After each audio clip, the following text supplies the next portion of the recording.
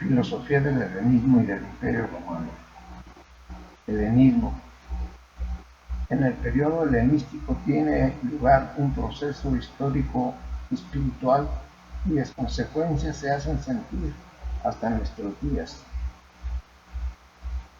En la actual concepción de la filosofía es la evolución de esta hasta transformarse en una ciencia especial. En el periodo presocrático el filósofo lo era todo: científico, médico, técnico, político y junto con todo ello el sabio. Academia y peripato comprenden todavía como organizaciones científicas todo el saber humano. Vimos con todo cómo en el peripato antiguo las ciencias particulares absorbían ya la actividad de todo un hombre y le daban su fisonomía espiritual, si bien continuaba él filosofando al estilo de la vieja sabiduría. En el periodo helenístico se desmembran las ciencias particulares como tales con una independencia mucho más acusada.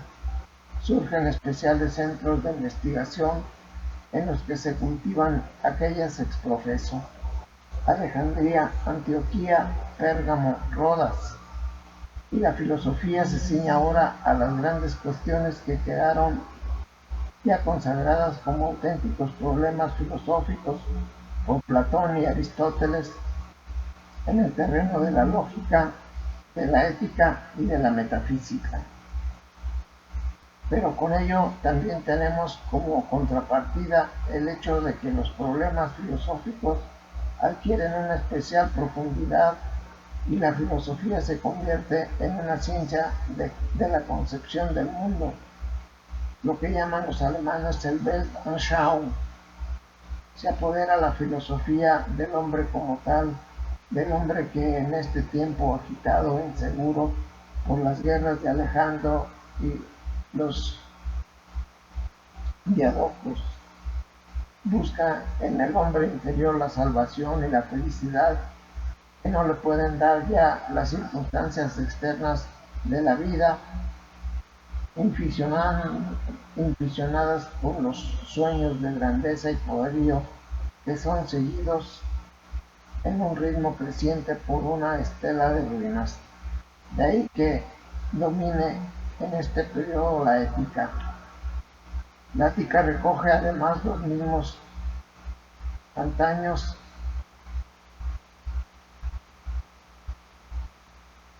La ética recoge además la misión antaño encomendada al mito religioso, cuyo significado social se desmigaja progresivamente hasta quedar al fin diluida en el racionalismo de un pensamiento teórico.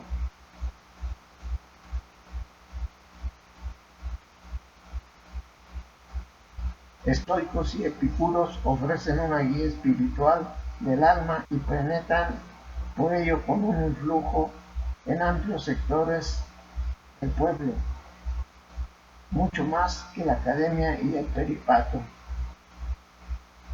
Estoicos y epicúreos ofrecen una guía espiritual del alma y penetran por ello en un influjo de amplios sectores del pueblo, mucho más que la academia y el peripato.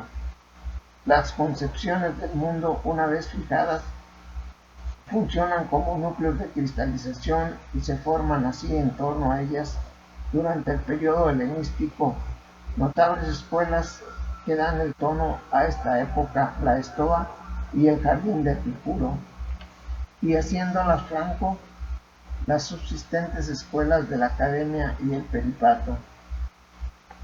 Imperio Romano. Con la entrada del Imperio Romano los tiempos se tornan aún más turbulentos. Los hombres se sienten internamente más inseguros y anhelosos. En el punto extremo de esta desazón de los tiempos, hace de pronto su aparición en el escenario del mundo abatido la figura de Cristo, que dice de sí mismo y que es la luz del mundo, la resurrección y la vida. Estamos ante una coyuntura que señala el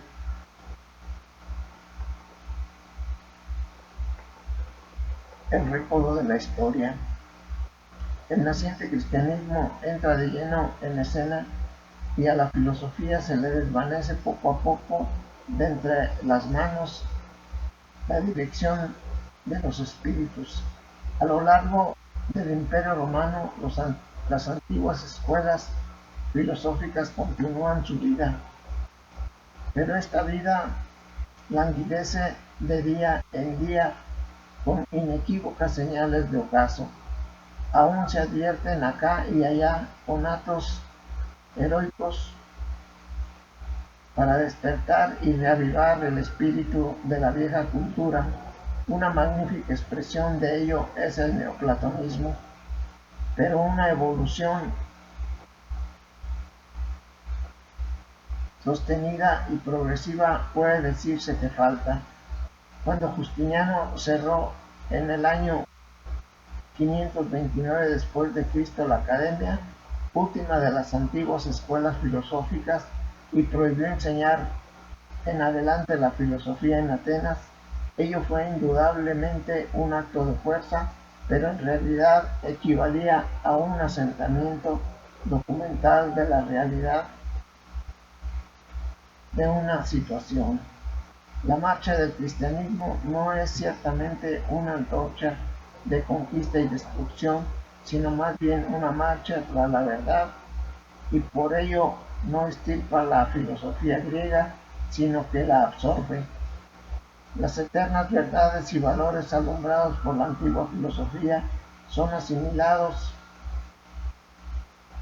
por el nuevo pensamiento, lo que en fuerza de las circunstancias externas históricas no podía ya fructificar directamente ni sostenerse, vino a recogerse bajo la tutela de los mejores espíritus del cristianismo y siguió perviviendo en el alma del cristianismo mismo, en su ciencia y en su cultura.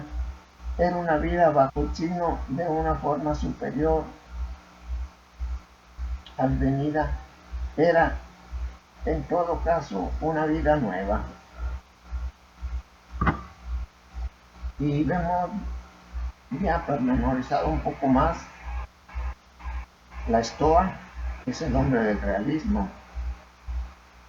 y las temáticas que se trataron en la Estoa, filosofía del realismo. Y la Estoa, filosofía del realismo, trata temas lógicos, éticos, metafísicos, con un sentido, por así decirlo, de indiferencia. El espíritu estoico ve con indiferencia, prácticamente podemos decir, la vida y la muerte. Pues la Estoa trata todos esos puntos y incluso se adentra mucho en el comportamiento humano y saca muy a la luz la doctrina práctica de la virtud, el destino, la libertad.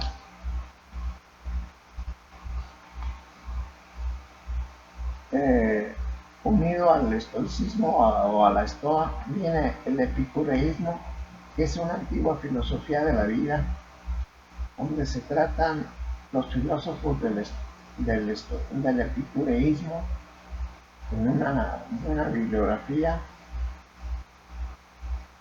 y trata temas como la lógica, origen y sentido del conocimiento, el criterio de verdad.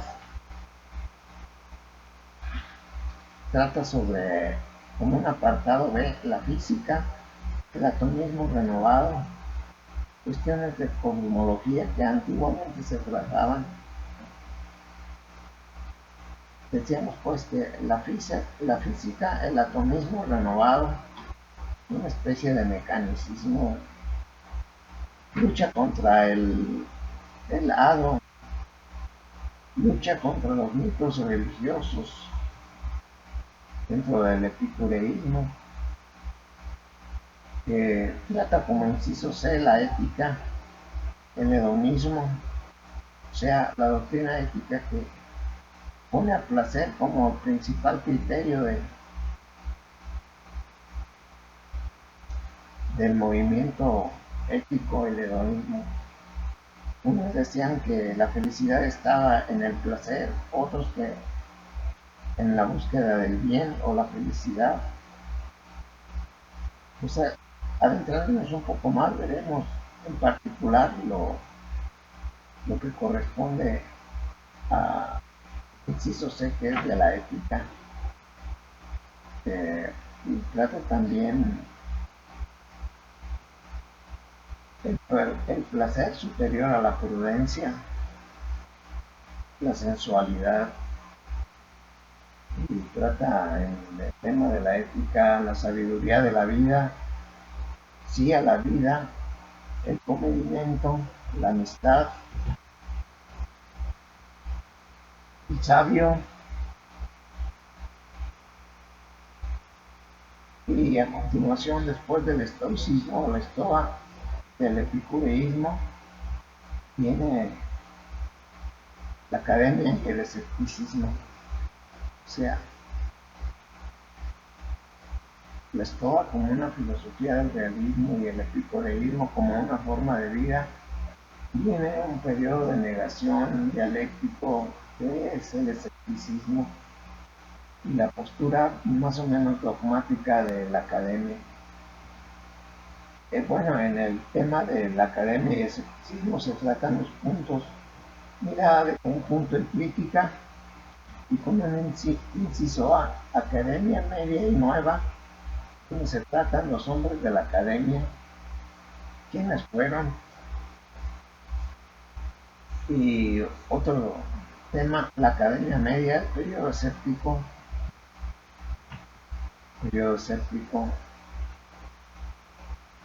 cuando se ponía en duda todo, y de Protágoras, el hombre es la medida de todas las cosas, academia nueva, giro ecléctico, y en el inciso B, el escepticismo pirrónico. Como decíamos, en este periodo aparece muy marcadamente la duda y la duda de que exista un criterio de verdad definido.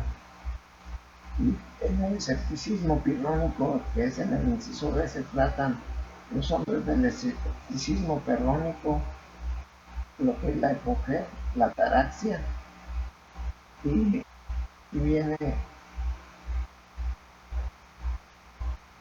dentro de este inciso B viene también el peripato.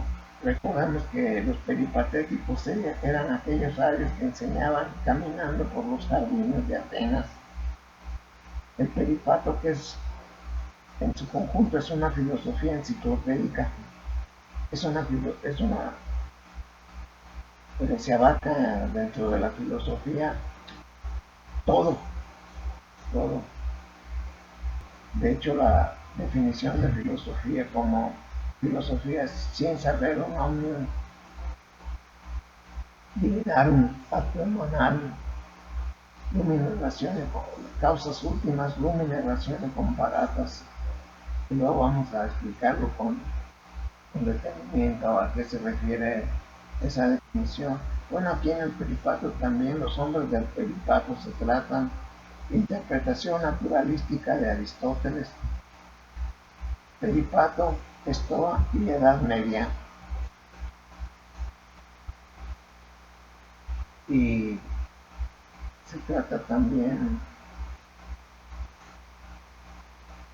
en el platonismo como filosofía helenística en general, donde se desarrolla marcadamente la filosofía y la religión.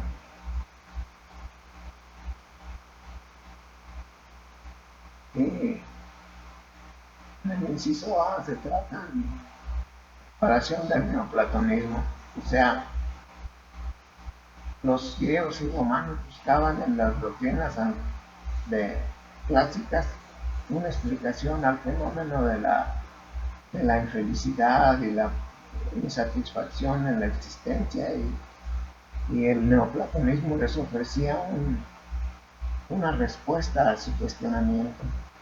Bueno, en el inciso A de esto que es el neoplatonismo se van a tratar el neopitagorismo. Recordemos que el pitagorismo era una filosofía de comportamiento y de modo de vida que su fundador existía.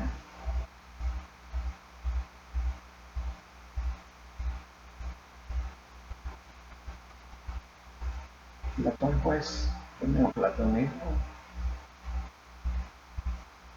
construyó ya sobre bases pitagóricas. El neoplatonismo construirá a su vez sobre el neopitagorismo. No se sabe a punto fijo dónde comenzó, pero posiblemente procede de los restos de las comunidades pitagóricas de Italia. Si se tiene esto en cuenta y se recuerdan las características del espíritu pitagórico, se entenderá también cuál es la estructura fundamental del neopitagorismo: una extraña mezcla de ascesis, huida del mundo, esperanza del más allá, mística, mántica y magia. Y también trata en esta preparación para la aparición del neoplatonismo las ideas fundamentales sobre el neopitagorismo: Moderato de Gades,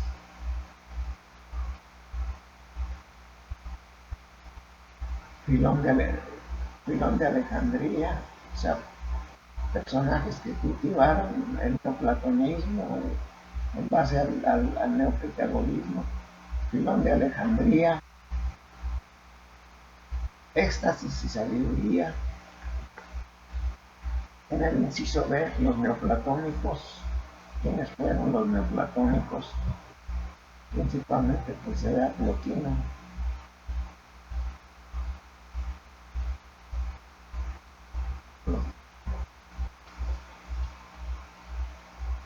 Y fue una figura muy importante del neoplatonismo, basado pues en el epicureísmo, el neopitagorismo, que era una forma de vida de hombres que vivían de acuerdo a unas normas de vida específicas.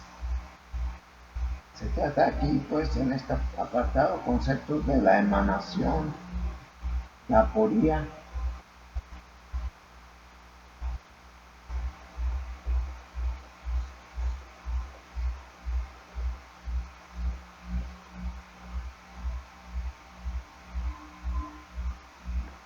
que es la aporía, el nous, el Hijo de Dios, el deimurgo, demiurgo, el alma, el mundo sensible, retorno al uno, trasfondo metafísico. O sea, se evoca toda la filosofía helenística clásica. Tarea del hombre, centro del alma. ¿Cuál es el centro del alma? La unión mística.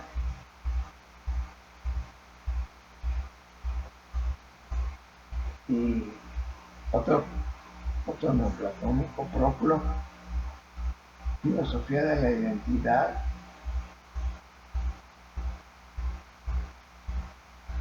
Y bueno, muchos temas que se tratan dentro de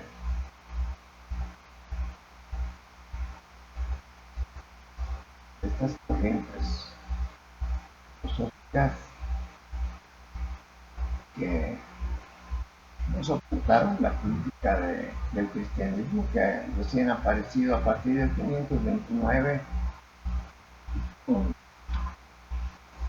el emperador romano, que convirtió a todo el imperio romano porque veía la impotencia de la religión politeísta, una explicación y un motivo de vida, de existencia para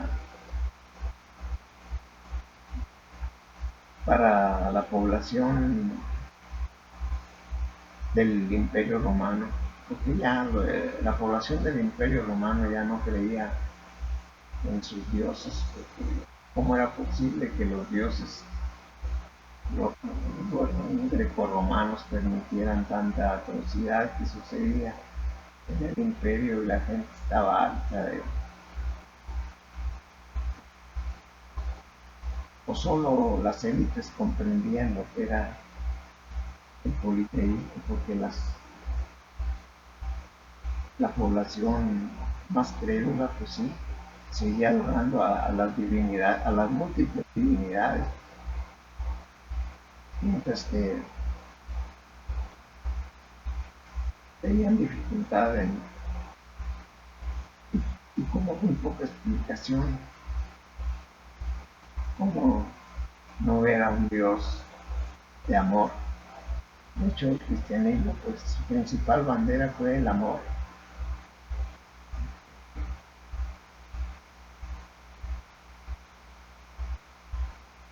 Y la filosofía del amor, que a veces detalla muy bien en el Evangelio de San Juan,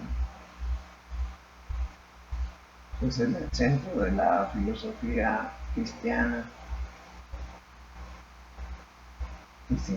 Y sin esa explicación de ofertarles a las masas un camino a la felicidad, si no se tiene en este mundo, se va a tener en el futuro, en el post-mortem, después de la muerte, verse en un cielo. Y eso también entra en duda porque muchos hombres del realismo, podríamos decir estoicos, se cuestionan, pues cómo va a ser posible si en el presente no hay una explicación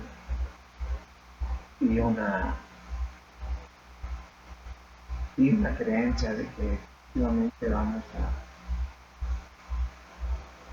a tener un tiempo de felicidad. Si en el tiempo presente no se logra, ¿cómo se va a lograr en el tiempo futuro? Y de ahí los temas de la resurrección, de la vida eterna, que pues la población del Imperio Romano y todo el mundo conocido pues estaba ávida de un nuevo mensaje religioso, cultural, de un nuevo mensaje que esclareciera el conocimiento ya incrédulo de por sí. A muchos, pues, a pesar de tener cierta cultura, dudaban de la veracidad de lo que afirmaban y de la imposibilidad de prueba. Ese vino un periodo más crítico, más profundo, cuando menos exaltar el sentimiento de que el amor los iba a planificar. En el Evangelio de San Juan, Dios es amor. Y en San Agustín, ama facto vis, ama y haz lo que quieras. Y así el cristianismo fue desalojando al,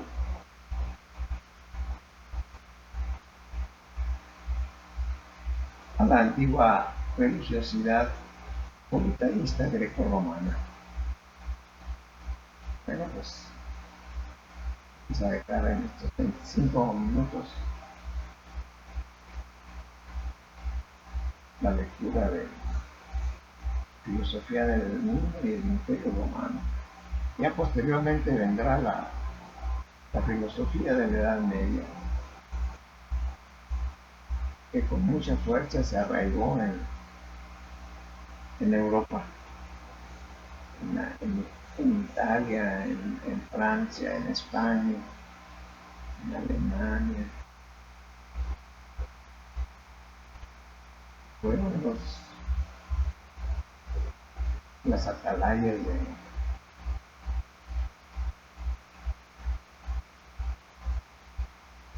del cristianismo, del catolicismo en